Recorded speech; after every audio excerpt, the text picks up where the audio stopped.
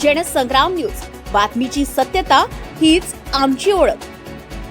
पदा देह व्यापारावर पोलिसांचा मोठा छापा, 2 आरोपी अटकेत, पीडित महिलेची सुटका. वैष्णवी कॉम्प्लेक्स जवळ सुरू होता कथित देह व्यापार. रेड करून पोलिसांनी उघड केलाय रॅकेटचा पर्दाफाश. 34,500 रुपयांचा मुद्देमाल जप्त. वर्धा अनैतिक मानवी वाहतूक प्रतिबंधक कक्ष आणि स्थानिक गुन्हे शाखेने संयुक्त कारवाई करत कथित देह व्यापाराच्या रॅकेटचा पर्दाफाश केला. या कारवाईत एका पीडित महिलेची सुटका करण्यात आली असून 2 आरोपींना अटक करण्यात आली आहे.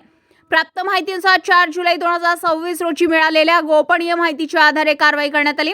वर्ध्यातील कार्ला रोड परिसरातील वैष्णवी कॉम्प्लेक्स जवळ आर्थिक फायद्यासाठी महिलांना देह व्यापारासाठी प्रवृत्त केले जात असल्याची माहिती पोलिसांना मिळाली होती. यानंतर अनैतिक मानवी वाहतूक प्रतिबंधक कक्ष आणि स्थानिक गुन्हे शाखेच्या पथकाने बनावट ग्राहकाच्या माध्यमातून सापळा रचून छापा टाकलाय.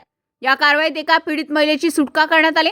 या प्रकरणात 2 आरोपींना अटक करण्यात आली आहे. घटनास्थळावरून मोबाईल, रोख रक्कम आणि इतर साहित्य असा एकूण 34,500 रुपयाचा मुद्देमाल जप्त करण्यात आलाय. या प्रकरणी रामनगर पोलीस ठाण्यात भारतीय न्याय संहितेच्या संबंधित कलमासह अनैतिक व्यापार प्रतिबंधक अधिनियम 1956 अंतर्गत गुन्हा दाखल करण्यात आला असून पुढील तपास सुरू आहे. जनसंग्राम न्यूज वर्धा.